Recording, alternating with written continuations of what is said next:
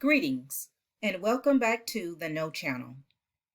My name is Bernadette Johnson. I'm also known as Keziah or Kizzy. And today I'm coming to you with another video. It's been a while since I uploaded, but I decided to upload today because it was some bombshell news that broke out today, and I thought I would come online and give my thoughts and my take on the whole story. And if you were, watching the news or browsing your computer, you probably saw the story of the new development on Crystal Mangum.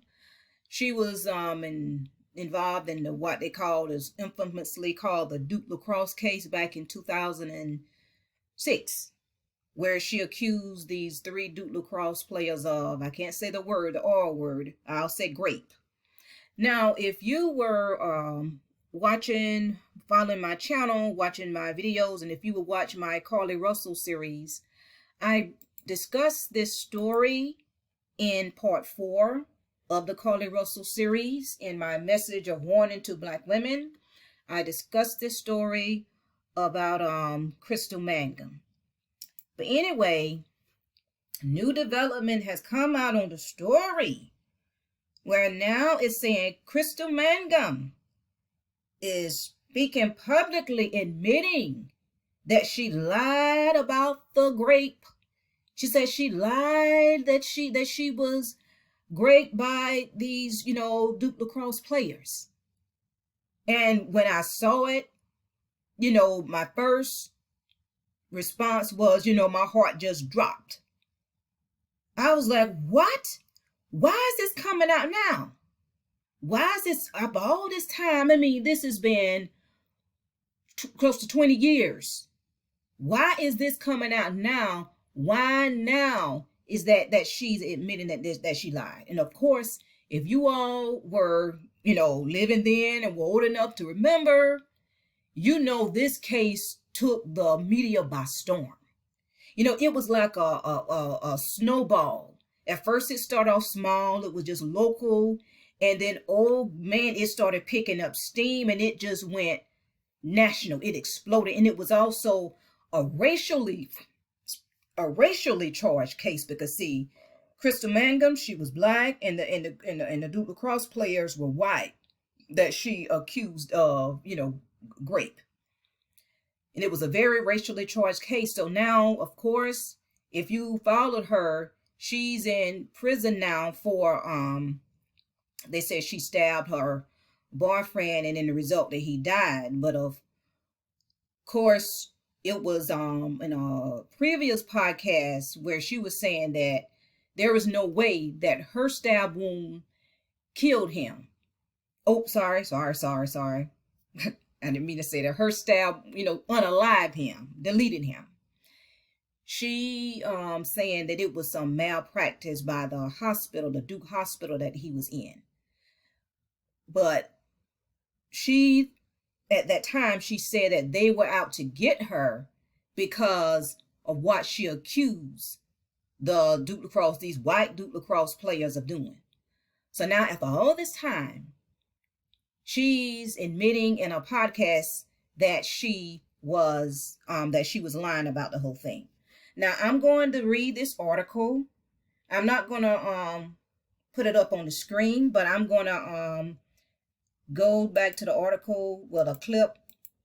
I'm going to be reading this article here. It's in the CNN. Sometimes my computer is slow, so I didn't want to put it up on my computer because sometimes my computer freezes up.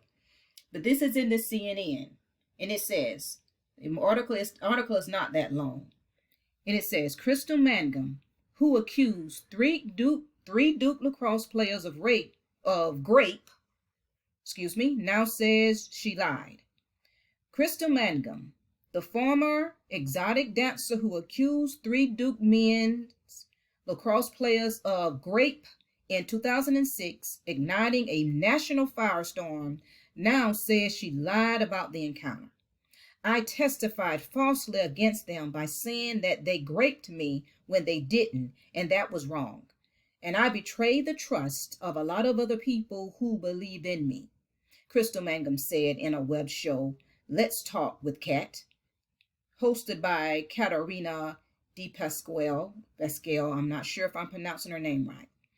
The interview took place at the North Carolina Correctional Institution for Women, where Mangum is serving time for a 2013 second-degree murder conviction for second-degree unaliving conviction for so-and-so, her boyfriend.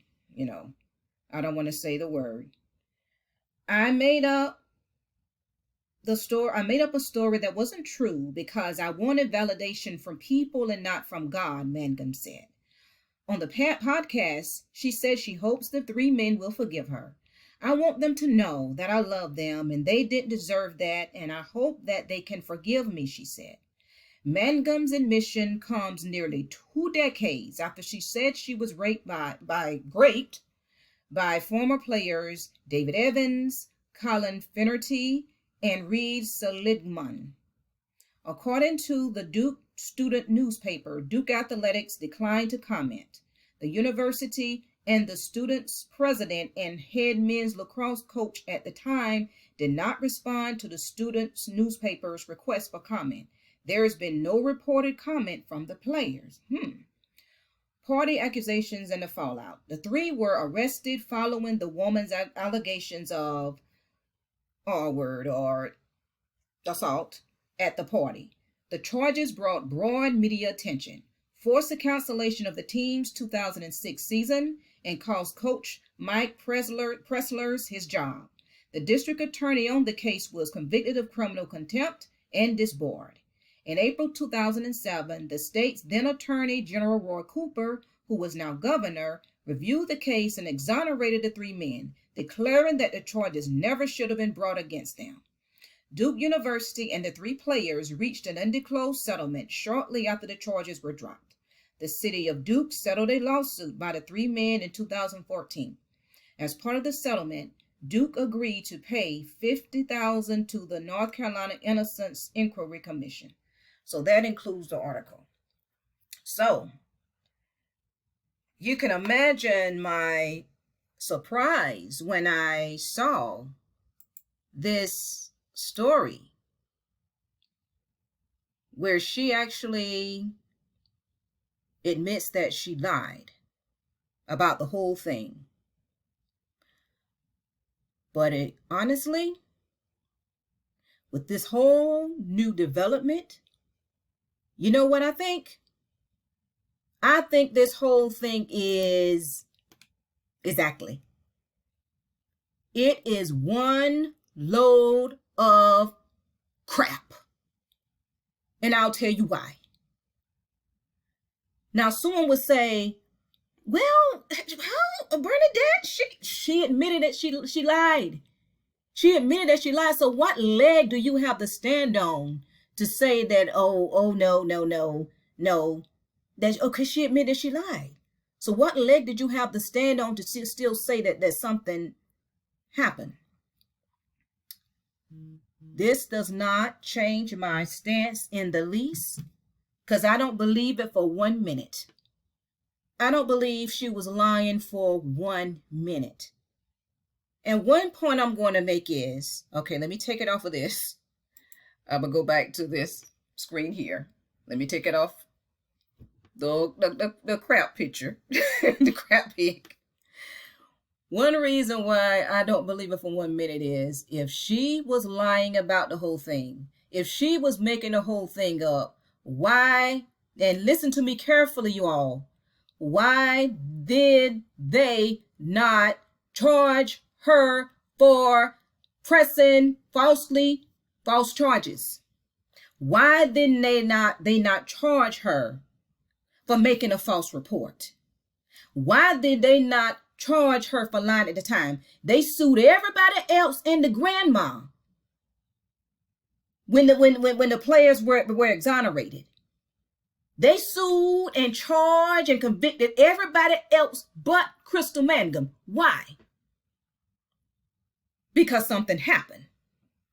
They had reason, they could find reasons and grounds and evidence to charge others and to sue others. For instance, the prosecutor at the time, Mike Nifong, they could find he mishandled the case and this and this and that, this and this and that. So yeah, they found reasons, they found evidence to charge him. Because, of course, he had people working with him. So maybe his assistants, maybe they mishandled things. So they could find something against him. But why did they not charge her for filing a false report?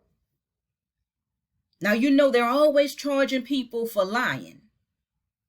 And as angry as they were at her for accusing those players of what she accused them of, why did they prosecute her at the time? They had to wait until she was involved in some other case to charge and convict her for that, to get back at her for accusing those players of rape.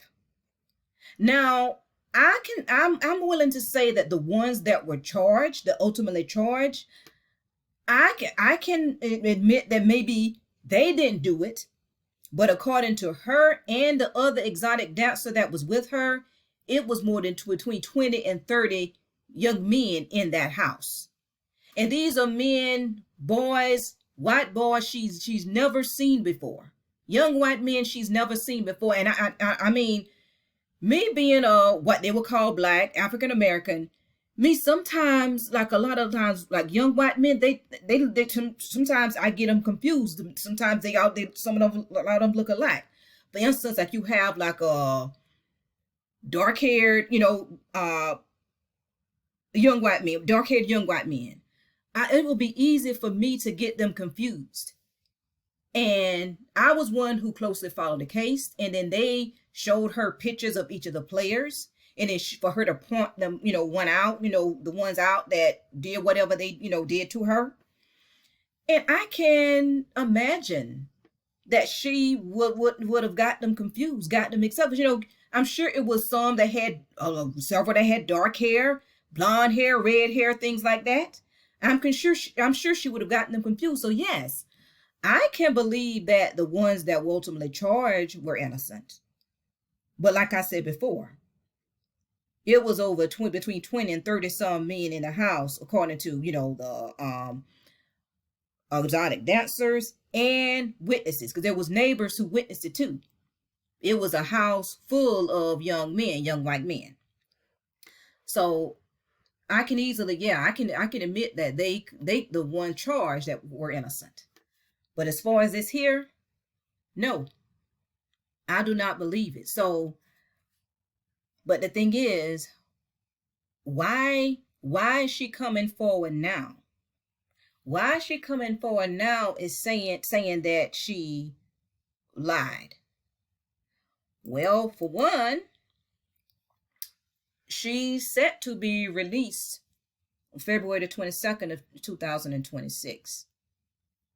Now, this, I looked this up. She's set to be released then. So I'm wondering, did she make a deal? Did she make a deal? She said, okay, well, people believe I lied anyway. And it's been 20, almost 20 years. I'm not sure if the statute of limitation has run out. Can they still charge her or sue her for making a false report? I'm not sure about that. But I'm thinking she made a deal because, see, she's up to be released in 2026. So I find that kind of strange, and I find it odd that this is coming out now after so long. This woman, she was a young woman at the time. She was in her 20s. This woman, all these years, she stood so firm. She was adamant. This woman held press conferences. This woman went to college campuses and gave tours, sharing her, toured campuses where she spoke in classrooms, sharing her story, sharing her experience. This woman wrote a whole book. And she was interviewed in other podcasts, telling her story, standing firm. And now all of a sudden, she's going to say that she lied? No. If she ever lied, she's lying now. I truly believe that she is lying now. If she lied at any time, she's lying right now. And there's a reason why she's doing it. And I'm going to refer back to when I mentioned this story in part 4 of the Carly Russell series, where I was saying about this divine spiritual shift that's taking place on this earth, where we're shifting to from a masculine to a feminine. I truly believe this is part of it. Because in this new age that we are shifting into, Black women is going to play a key role. And I had said, oh my goodness, I said in part 4, now don't be surprised you start seeing these old stories resurfacing. I said it. Of course, I didn't think it would resurface like this, where she would admit that she lied, but it did. It did. Because I mentioned the Crystal Mangum case and the Tawana Brawley case. I said, don't be surprised if these old stories start resurfacing. And sure enough, this story is back in the news. Why? Keep watch, y'all. Keep your spiritual eyes open. This thing is spiritual. This is just not some, oh, well, this is just some lying stripper who just finally come clean saying that she's lying. Really, why would she even lie? I mean, she didn't want her, profession coming to light, that she was, well, as they would say, stripping. What reason? Just like how I had said about the Carly Russell case, if you think about it, the hoax narrative doesn't make sense. And if you follow this case with Crystal Mangum, the lie narrative doesn't make sense. Because what reason would she have had to lie? What chance would she have stood against these white players who came from, well-off families, well-to-do families? She coming from a poor family, and she's Black, and she's an exotic dancer, a stripper as they call it. What chance would she have had if she had lied? And also too, the district attorney, Mike Nafong, he had to have gone on something to take the case as far as he did. So keep watch. I don't know how much is going, I don't know. Is there anything else is going to come out? But I believe she made a deal, because she saw that it won't be long before she's going to be released. I don't know if she made this deal for an early parole, but I believe she made a deal. And I do not believe this for 1 minute. I don't believe she lied for 1 minute. If I believe she lied, I believe she's lying now. For whatever reason, she's lying now. But I'll say this: keep your spiritual eyes open. There is something with this. There is something spiritual behind this. And remember what I said about this divine shift, this energy shift.